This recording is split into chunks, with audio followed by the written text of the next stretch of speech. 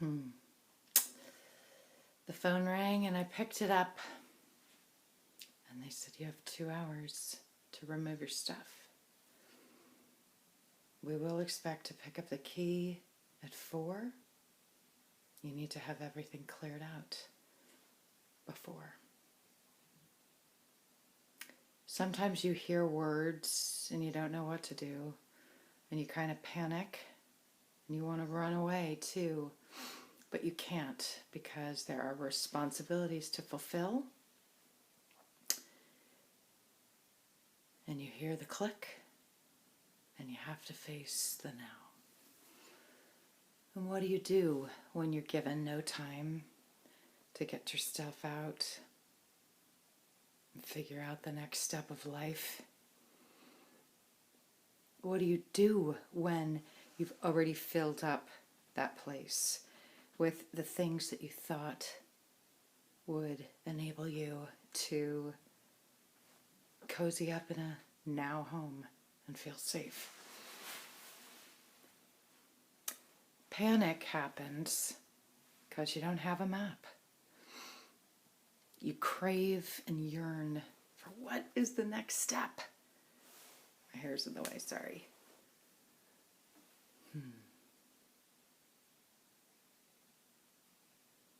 And you want to ask others, what would you do? What did you do? And there's no one to turn to because no one you know has experienced what you're going through.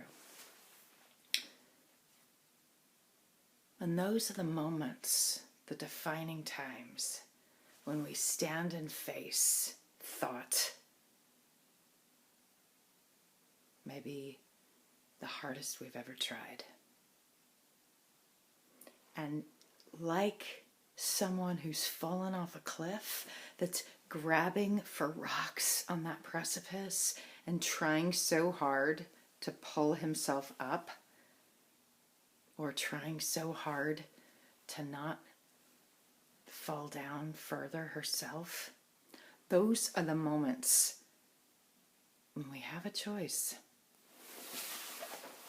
We can turn away from fear, like push it away,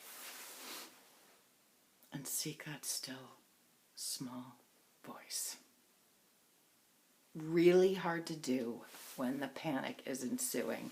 Hugely hard to do when what with my life am I doing is all that you can hear and all that's strangling you. But maybe if you've had precedent of leaning on that inner voice too, in those moments of indecision and doubt, in those panic, what will I do now? You can turn in thought and try so hard to listen to that still small voice that is saying, I'm still holding you this time. And we want the big outline, and we want the whole map, and we want to know, oh, you're good, I've got your back. You'll leave here and go there and stay there for a night. You'll find Elise tomorrow and everything's going to be all right. We want that so much. And yet that's not how it comes. The still small voice of love just says, I am all. Lean on love. And so you do. And instead of panicking, you become Joan of Arc in that moment. And you write a to-do list that would probably take all day, and you try to fit in what you can in 2 hours. And you remember that there's a storage unit not that far away, and you drive over there and beg them, and they give you the last one they have that day. And you open it up, and you see the space you have to deal with, and you rush back to that studio and try to make sense of it all with what to do next. And you see your stuff sitting there and all the little finds that you've spent the last 2 weeks finding on Craigslist time after time. And you look at each piece and befriend it lovingly, and you say, I'm sorry, desk. I can't take you with me. but you'll stay here and you'll let someone else write. And you look at that chair and you think, yeah, I can fit that in my car tonight. So you take it down and you come back up and you look at the other things and you say to all of it, thank you for serving me, precious stuff. But they're going to be here in 2 hours for this key. And I would like to take all of you with me, you see. But I have to go figure out the next step. And so you do what you're able. And you fill up your backpack. And you take that backpack down to your car. And you look at your watch. And you have a half hour more. So you drive that stuff over to storage, which is closing. You fit it all in and you get the lock and you get on your way and going. And you come back to where they said they'd be, demanding and insisting that you give them their key. And a woman walks by. And she says, are you the tenant that's temporarily staying in da-da-da? And you say yes. And she turns to you with what's supposed to be anger. And she looks at your heart and she says, you're not at all what was said by them. And I said, have you ever rented an apartment sight unseen? Have you ever put first, last security down and then been demanded a fee? And it's inhabitable and you refuse to move in because your standard of principle is high and you expected theirs to be as well?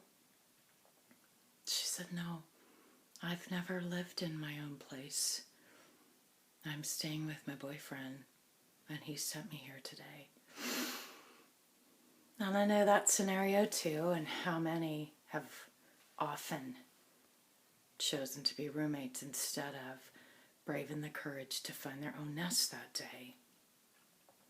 But I looked at her and I said, try with all your might, however you can, to establish your own sense of home beginning this day and night. That's what I'm doing, and this one hasn't worked out. And she asked me, why are they kicking you out? And I said, because I refused to pay that last fee for an inhabitable apartment. I'm not moving in, you see, and I'm demanding my money back because I won't move in. But right now I don't know where to go because every penny that I have is in their keeping. And she looked at me and she said, what will you do? And I said, well, we're right now here in this moment, and love's got me and love's got you. And I don't know what I'll do next, but I absolutely know we are both safe. And she said, do you want me to call my boyfriend? Do you want me to see if he'll let you stay? I guess her boyfriend had been the owner of where I had subleased, which was supposed to be just a week before I moved in. And I said, no. He wanted his key. You're going to give that to him. But I made her promise someone I've never met that she would look really deeply into her now, back then, and ask herself if she was just being a roommate because the payment for an apartment felt intimidating to her. And it can. It's a lot to live on your own. It's a lot of money to pay, but it's invaluable to have your own sense of home that no one can kick you out of and no one can demand you turn keys in. And that day, this was probably 2008, I made a vow to me. And I said, Tree, no matter what, your home is in love. And no matter what, you will be safe as you keep journeying on. There's so much more to that story that I will eventually share.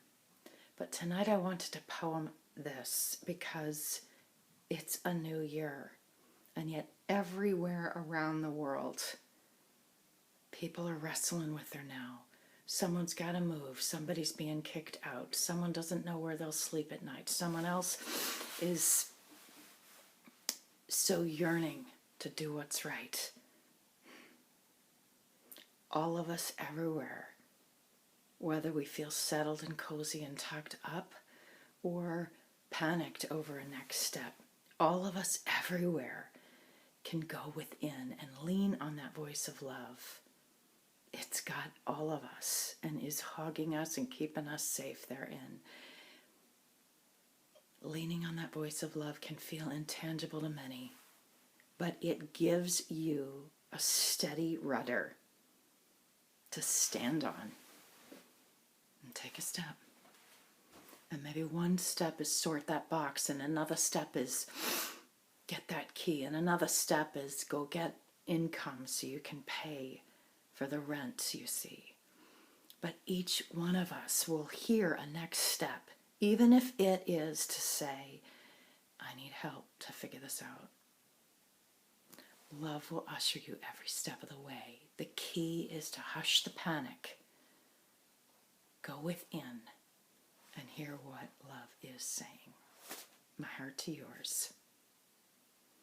Happy New Year. Happy now moment.